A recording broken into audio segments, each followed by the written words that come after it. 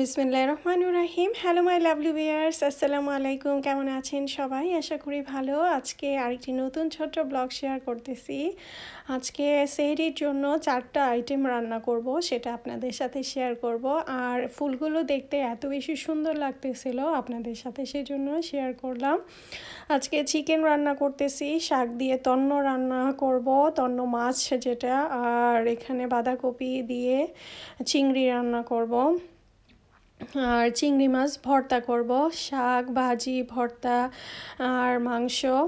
তো সব কিছুই আজকে আপনাদের সাথে একটু একটু করে শেয়ার করব কিভাবে আমি কি করতেছি।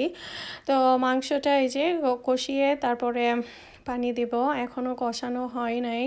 তো এই যে কষানোর জন্য পানি এখন দিয়ে দিতেছি, আর অল্প পানি দিব যেহেতু পানি উঠছে এখান থেকে, তো সেই জন্যে বেশি পানি দিব না। আর বাচ্চারা চিকেনটা অনেক বেশি পছন্দ করে, সেই জন্যে চিকেনটা রান্না করতেই হয়।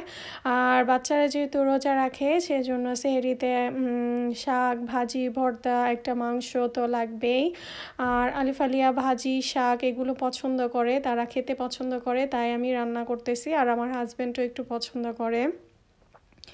আসলে সেহরির সময় এত বেশি খাওয়া যায় না, তারপরেও খেতে হয় আর কি অল্প করে। এই চিংড়িগুলো রেখে দিয়েছি ভর্তা করার জন্য, আর কিছু চিংড়ি আমি বাঁধাকপি দিয়ে রান্না করতেছি। চিংড়ি মাছ যে কোনো কিছুর সাথেই অনেক বেশি স্বাদের হয়। তো এখানে আমি শুকনো মরিচ দিয়ে ভর্তাটা করব। আগে প্রথমে সব কিছু টেলে নিব, তারপরে শিলপাটায় ভর্তাটা আজকে করব। তবে আসলে ভর্তা কথা মনে হলে মুখে পানি চলে আসে, তাই না?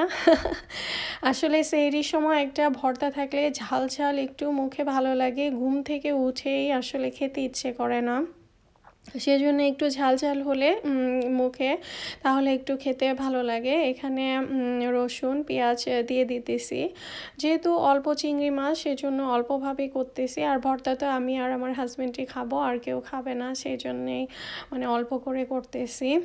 তবে শিলপাটায় ভর্তা এটা আসলে অতুলনীয় খাবার। ভর্তা ভাত এটা আসলে বাঙালির প্রধান খাবার বলা চলে।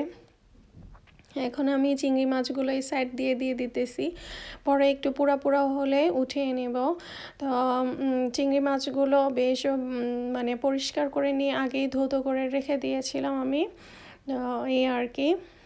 এখন এগুলো দিয়ে দিতেছি, আস্তে আস্তে আমি এটাকে কুক করব, একটু ভাজা ভাজা করব। আর এই পাশ দিয়ে আমার শাক তন্ন মাছ দিয়ে করেছি। তন্ন মাছও হচ্ছে টুনা ফিশ যেটা, সেটা ইটালিয়ান ভাষায় তন্ন বলে। তো সেটা রান্না করতেছি। আর এই পাশে তো চিকেনটা হইতে থাকবে, তো একটু ভাজা জিরে গুঁড়ো দিয়ে দিতে হবে হওয়ার আগে আগে, তাহলে টেস্টটা আরও বেড়ে যায়। আর একটু সামান্য ঝোল ঝোল রাখবো, নাহলে বাচ্চারা খেতে পারবে না। আর এই যে এখানে তো একটু আদা কুচি দিয়ে দিতেছি, একটু আদা কুচি দিয়ে একটু নাড়াচাড়া দিয়ে তারপরে নামাইয়ে নিব, তারপরে ভর্তাটা করতেছি। আদা কুচিটা মাস্টে দিতে হবে, আদা কুচি দিলে এত টেস্ট হয়, মাশাআল্লাহ, অনেক বেশি মজার খাবার। দুনিয়াতে সব কিছুই খাবার মজার। তো শাকটা এখন আমি নামিয়ে নিয়েছি, হয়ে গেছে, সবুজ সবুজ রয়ে গেছে। শাক সবুজ সবুজ খেতে ভালো লাগে, শাকের কালার নষ্ট হয়ে গেলে খেতে ভালো লাগে না।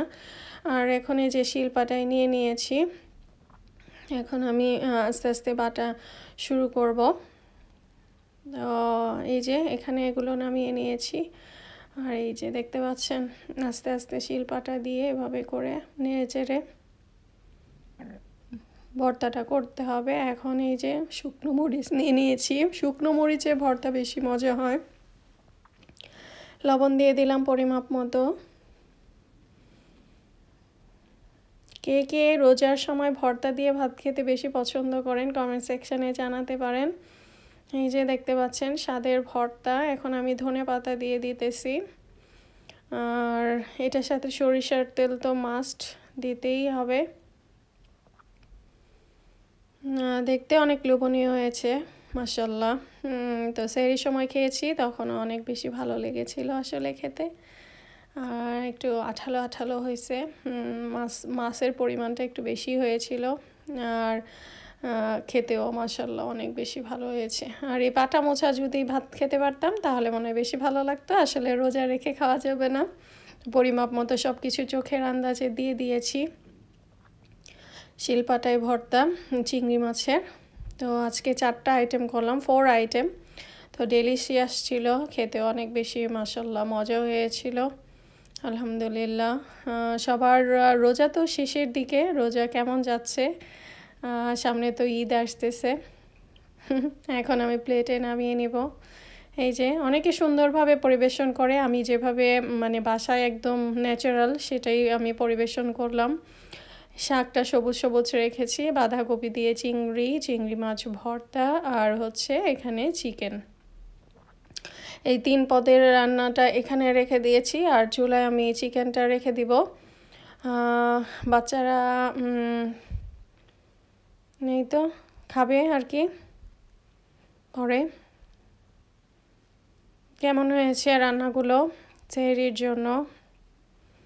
এই যে চিকেনটা দেখতে পাচ্ছেন, চিকেনটা সবার লাস্টে হচ্ছে, ওগুলো আমি আগেই রান্না করে ফেলেছি।